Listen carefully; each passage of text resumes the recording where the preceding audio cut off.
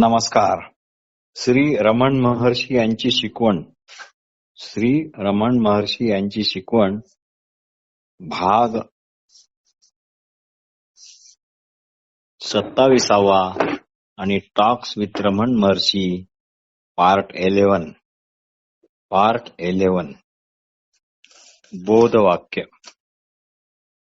बोधवाक्य.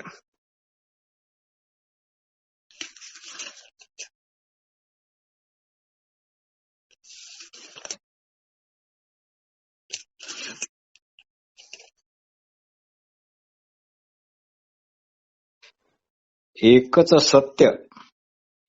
सत्य गतीमध्ये सगुण असते आणि तेच स्थिर असले की निर्गुण असते. एकच सत्य गतीमध्ये सगुण असते आणि ते स्थिर असले की निर्गुण असते. निसर्गदत्त महाराज. हिंदू धर्म स्वीकारलेल्या एक पोलंडच्या महिला आलेल्या आहेत. हिंदू धर्म स्वीकारलेल्या एक पोलंडच्या महिला आल्या आहेत. त्यांचे नाव आहे कुमारी डब्ल्यू उमादेवी. त्या नुकत्याच काश्मीरच्या यात्रा करून आलेल्या आहेत आणि त्यांनी तिथे काही काढलेले फोटो महर्षींना इथे दाखविले. महर्षींनी ते सर्व फोटो काळजीपूर्वक पाहिले आणि हसत हसत म्हणाले, चला, यात्रेचे कष्ट न घेता आम्ही काश्मीरची सफर पूर्ण केली. वा वा.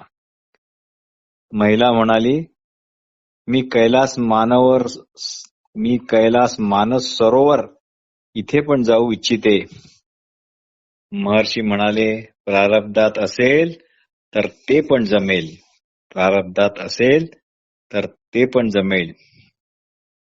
पण सर्व काही पाहिले तरी एका गोलार्धातील पाहणे झाले समजा. एका गोलार्धातील सगळे पाहणे झाले असे समजा. पण दुसरा गोलार्ध पाहायचा राहिला ना. तात्पर्य असे की जे ज्ञात आहे त्याला मर्यादा आहेत. अजून ज्ञात करणे खूप काही आहे. म्हणूनच अजून ज्ञात करणे खूप काही क्षण महर्षी थांबले आणि नंतर म्हणाले, एक अप्पर नावाचे शिवभक्त होते. ते बरेच थकले होते आणि वृद्धात्मामुळे त्यांच्यावर बरेचसे बंधनं आली होती. पण त्यांना कैलास सरोवर आणि कैलास पर्वत याची यात्रा करण्याची भयंकर जबरदस्त अशी इच्छा होती आणि म्हणून ते यात्रेत निघाले. यात्रेत अपार कष्ट होते, ते त्यांना सहन होणार नाही. म्हणून त्यांच्यापेक्षा एका जास्त वृद्ध माणसांनी त्यांना यात्रा करण्यास जाऊ नका म्हणून सांगितले. पण अप्पर मात्र आपला हट्ट सोडायला मुळीच तयार नव्हते. मी कितीही कष्ट करीन, जीव गमावायला पण मागे पुढे पाहणार नाही, पण ही यात्रा करणारच, असे त्यांनी ठणकावले. अपरिचित वृद्धांनी म्हटले, ठीक आहे, पण निदान यात्रेपूर्वी या सरोवरात स्नान करून मगच यात्राचा शुभारंभ करा. अप्परने त्या सरोवरात स्नान केले. डोळे मिटून त्यात डुबकी मारली आणि लगेच त्यांना कैलास पर्वताचे दर्शन झाले. ही घटना तिरुवन्नमलई जवळच असलेल्या तिरुवैयार या गावची आहे. हे गाव मात्र तंजावर पासून केवळ 9 मैलावर आहे. मग कैलास कुठे आहे? कैलास मनात आहे की बाहेर आहे? सर्व काही आतच आहे, बाहेर काहीही नाही. सर्व काही आतच आहे, बाहेर काहीही नाही. एका भक्ताने विचारले, आपण मला मायेपासून मुक्त करू शकाल काय? आपण मला मायेपासून मुक्त करू शकाल काय? महर्षी म्हणाले, माया म्हणजे काय? माया म्हणजे काय? भक्त म्हणाला, प्रश्न, जगाविषयी मोह व आसक्ती म्हणजे माया. साधा आहे. जगाविषयी मोह आणि आसक्ती म्हणजे माया आहे. महर्षी म्हणाले, बरं, तुम्ही जेव्हा गाढ निद्रेत असता तेव्हा जगाची प्रतीती तुम्हाला होत असते काय? तेव्हा तुम्हाला जगाची प्रतीती होत असते काय? तेव्हा मोह आसक्ती इत्यादीचा तर काही प्रश्नच नसतो. भक्त म्हणाला, नसतो हे मात्र खरे आहे. महर्षी, तरी पण तुम्ही म्हणता, तरी तुम्ही तरी पण तुम्ही मात्र असता. तरी पण तुम्ही मात्र असता. भक्त म्हणाला, शक्य आहे. तुम्ही म्हणता तसेही असेल.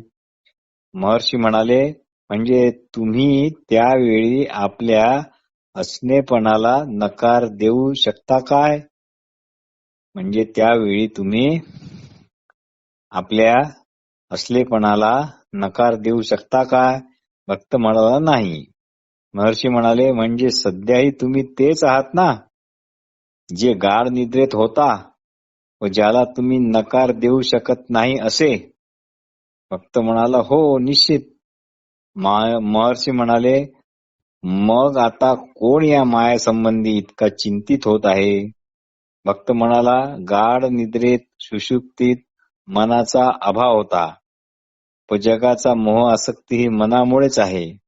महर्षी म्हणाले, असेच आहे. जगाची प्रतीती आणि आसक्ती मनामुळेच आहे, तुमच्यामुळे नाही. तुमच्यामुळे नाही. तुम्ही त्याच्या आधीचे आहात. जसा चित्रपट पडद्यावर असतो, पण पडदा हा आधी असतो, त्याप्रमाणे तुम्ही आधी आहात. भक्त, पण गाढ झोपेत तर मी अनभिज्ञ असतो. महर्षी म्हणाले, मी अनभिज्ञ होतो असे कोण म्हणत आहे? आणि काय सध्या तुम्ही अनभिज्ञ नाहीत का? भक्त, मग काय, सुषुप्तीत मी शुद्ध ज्ञानी असा आत्मा होतो की काय? महर्षी म्हणाले, त्या सुषुप्ती अवस्थेत असा संशय घेणारा कुणीच नसतो. तेथे कुणी पूर्ण, कुणी अपूर्ण, कुणी शुद्ध, कुणी अशुद्ध असा अनुभव घेणारा कोणीच नव्हता. फक्त मग मृतदेह पण त्याच अवस्थेत असतो. भक्त म्हणाला, महर्षी म्हणतात, पण मृत माणूस कधीच प्रश्न करत नाही, उठून बसत नाही. विचार करा, प्रश्न कोणाला पडतात? भक्त म्हणाला, पण सुषुप्तीत मला माझ्यातील चैतन्याचे भान अजिबात नसते. महर्षी म्हणाले, पण असलेपणा तरी असतोच, तो नाकारला जात नाही. भक्त म्हणाले, म्हणजे आपल्याला असे म्हणायचे आहे काय की सुषुप्ती ही आत्मसाक्षात्काराची अवस्था आहे? महर्षी म्हणाले, असा कोणता क्षण आहे की ज्या क्षणी तुम्हाला साक्षात्कार नाही? असा कोणता तरी एखादा क्षण आहे की ज्या क्षणी तुम्हाला साक्षात्कार नाही? त्याकरता सुषुप्तीचीच काय गरज? भक्त म्हणाला, पण मी ते जाणत नाही ना, मला काही समजत नाही. महर्षी म्हणाले, याचं मुख्य कारण तुम्ही स्वतःला देहाशी जोडले आहे. तुम्ही पडद्याला चित्रपटातील घटनांशी जोडले आहे. हे मिथ्या तादात्म्य टाका. बस इतकेच करणे तुमच्या हाती आहे. म्हणजे तुम्ही आपोआप स्वतःला, म्हणजे तुमच्या वास्तविक स्वरूपाला जाणणार. मग मी माझा राहणार नाही हीच मायेपासून मुक्ती. मग मी माझा राहणार नाही हीच मायेपासून मुक्ती. दिनांक 15/11/1936. दिनांक 15/11/1936. बोध दर्शन. बोधवाक्य. फुलांचे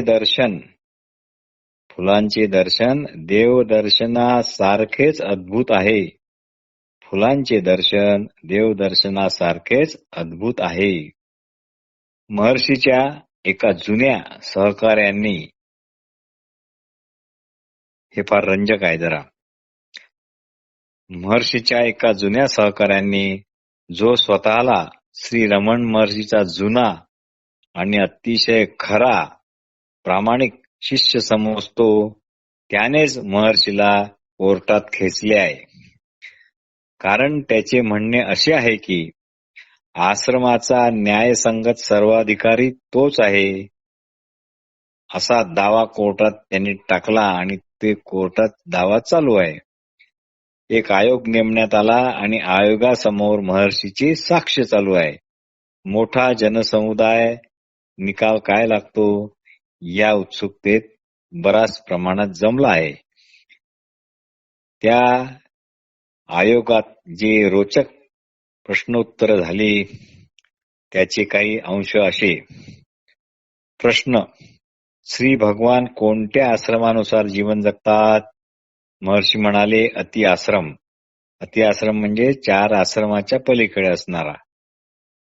ब्रह्मचर्याश्रम, गृहस्थाश्रम, वानप्रस्थाश्रम आणि संन्यासाश्रम. हे 4च्याही पलीकडे जो आहे त्याला म्हणतात अति आश्रम, जो 4ही आश्रमाच्या पार असतो. प्रश्न: या तुमच्या अति आश्रम याला काही शास्त्राची मान्यता आहे की नाही? महर्षी म्हणाले, हो, अर्थात आहे. प्रश्न: आपल्यासारखे काही इतर इथे आहेत का? महर्षी म्हणाले, असू शकतात. प्रश्न: आपण तर अनासक्त आहात.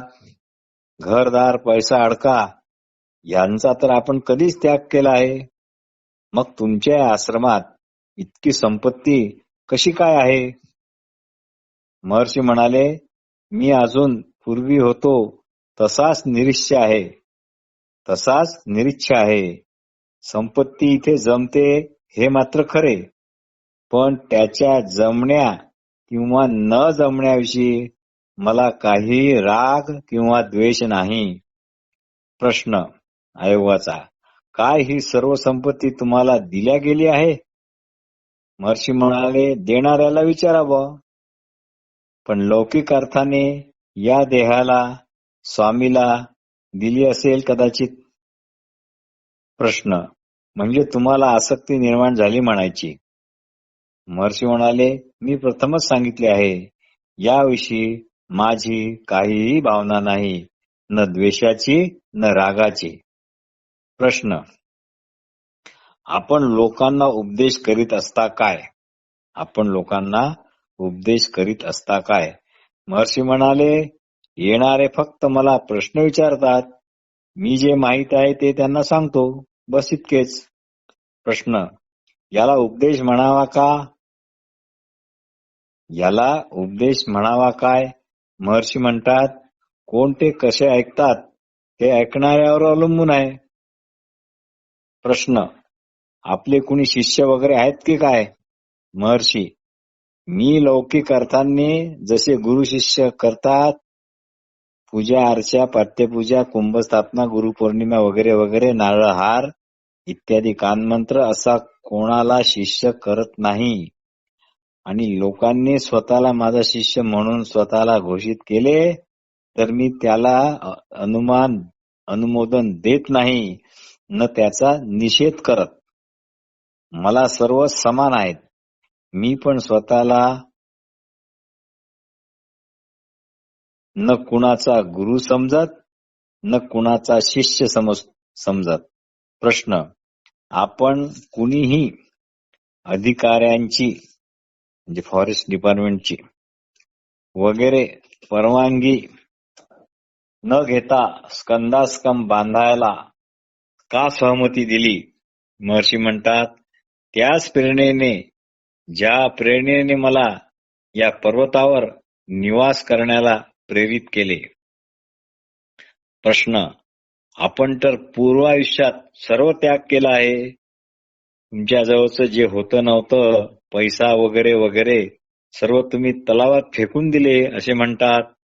आणि त्या दिवसापासून आपण कधी धन इत्यादी यांना स्पर्श केला नाही असे तुम्ही म्हणता. अनेक वर्ष आपण काहीच पैसे वगैरे कुठलीच वस्तू जवळ बाळगत नाहीत, वस्त्र सुद्धा. पण आता ज्ञान धर्म इतका का स्वीकारता? महर्षी म्हणाले, काही लोक दान धर्म मिळवण्याकरता माझा आणि माझ्या नावाचा उपयोग करायला लागले, माझ्या अपरोक्ष. हे मला कळताच न मी त्यांचे अनुमोदन केले आणि त्यांचा न विरोध केला, कारण मी कुणाला काहीही सल्ला देत नसतो. धन येत गेले, इमारती आश्रमी इत्यादी वाढत राहिले. आपण कशावरच हस्ताक्षर का नाही करत? महर्षी म्हणाले, मी कोणत्या नावाने ओळखला जातो हेच मला आता नक्की माहीत नाही. मी इथे आल्यापासून लोकांनी मला अनेक नावांनी अनेक प्रकारे ओळखले.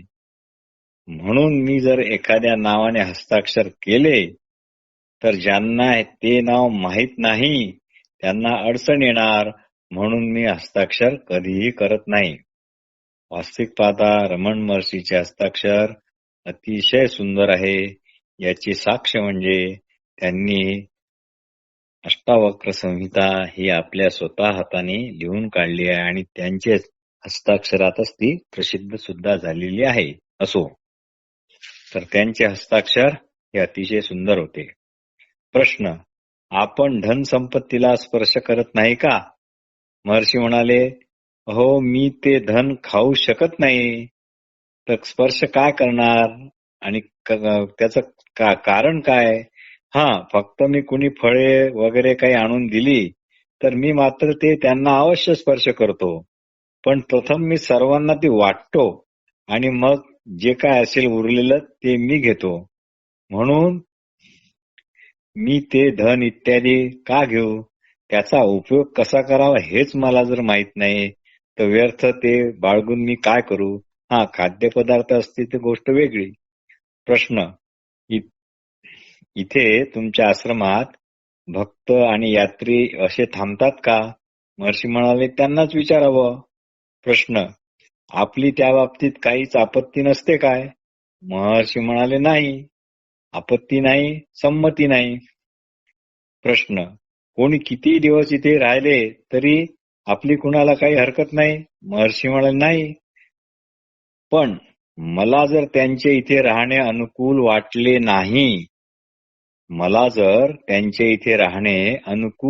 नाही तर मीच दुसरीकडे कुठेही जाऊ शकतो.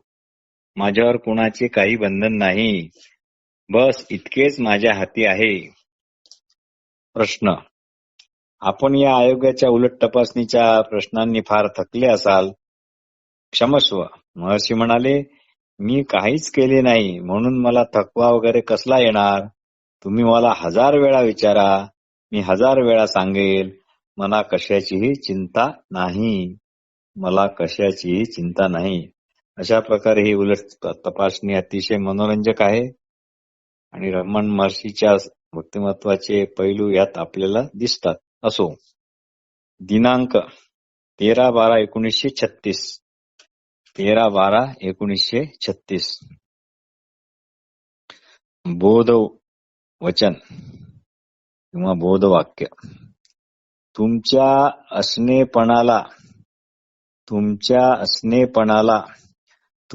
असणेपणाचीच ओळख व्हायला हवी. तुमच्या असणेपणाचीच ओळख व्हायला हवी.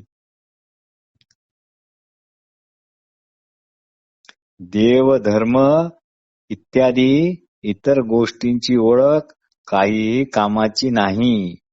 तुमच्या असणेपणाचीच ओळख व्हायला हवी. देव धर्म इतर कोणत्याच गोष्टीची ओळख कामाची नाही. श्री के. बी. अय्यर. श्री के. बी. अय्यर इथे आले आहेत आणि त्यांनी प्रश्न विचारला. प्रश्न, ध्यानद्वारा कसे अंतर्मुख होता येते? ध्यानद्वारा कसे अंतर्मुख होता येते?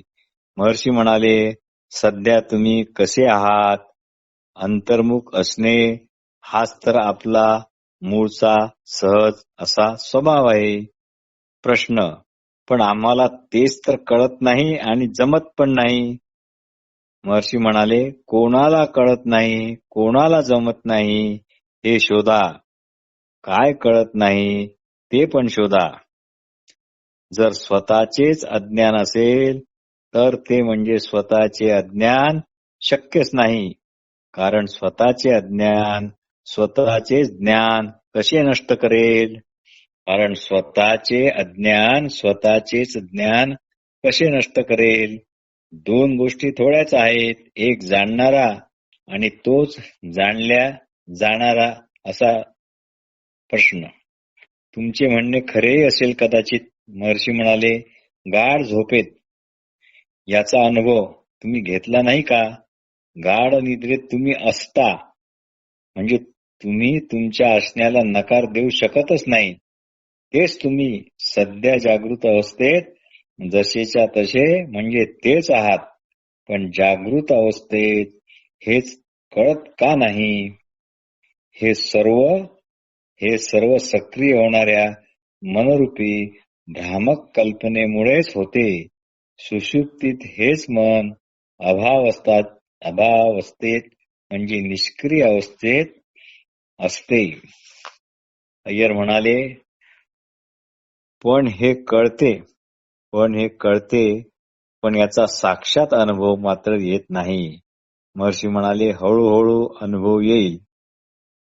अय्यर म्हणाले, पण ध्यानात तर मला सारखे मारावे लागते असे म्हणतात. अय्यर म्हणाले, पण ध्यानात तर मनाला सतत मारावे लागते असे म्हणतात आणि त्यामुळे आत्मा कसा प्रगट होईल? महर्षी म्हणाले, एकाच संकल्पात दृढ राहणे हा झाला सर्वसाधारणपणे ध्यानाचा अर्थ. हा दृढ संकल्प दुसऱ्या अनेक संकल्पनांना दूर लोटतो. त्यामुळे मनाची दुर्बलता लक्षात येते. मनाची दुर्बलता लक्षात येणे म्हणजेच ध्यान. प्रत्येक जणच समजतो मी म्हणजेच देह. पण ज्ञानी देहाला जरी प्रसंगी मी म्हणत असला तरी त्याला हे पक्के माहित आहे की देह त्याचा नाही, तो प्रकृतीच्या अधीन आहे. त्यामुळे तो तशी त्याची फिकीर म्हणजे देहाची फिकीर कधीच करत नाही. बोस नावाचे कोणी तिथे आहेत ते म्हणतात, महर्षी आपल्या सहवासात इथे बसलो की मोठी शांती वाटते बुवा, पण ते दूर गेलो की ती शांती 10 वाट्याने कुठे पळून जाते काही सांगता येत नाही. तर स्थिर शांती कशी मिळेल? महर्षी म्हणाले, शांतीची आशा सोडल्याने तात्पर्य शांती हेच तुमचे वास्तविक स्वरूप आहे. अभ्यासाने प्रयत्नाने शांती मिळत नाही. फक्त स्वतःविषयीची भ्रांत कल्पना संपते म्हणून कदाचित शांती मिळत असावी. तुम्ही मूळचे आहे तसेच शांतच आहात. फक्त तुम्ही कल्पनांच्या संकल्पाच्या ताणतणावांनी ताणल्या गेलेल्या आहेत. म्हणजे जगाच्या कचाट्यात आलेले आहात व आपला देह वेगळा, माझा वैयक्तिक वगैरे आहे असे आपण समजतो. वास्तविक तुमच्यातच तुमचा देह व हे सर्व जग आहे.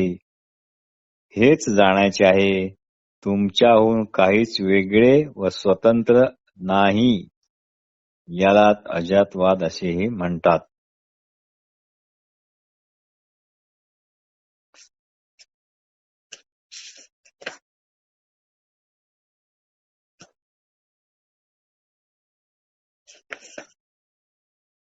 नमस्कार.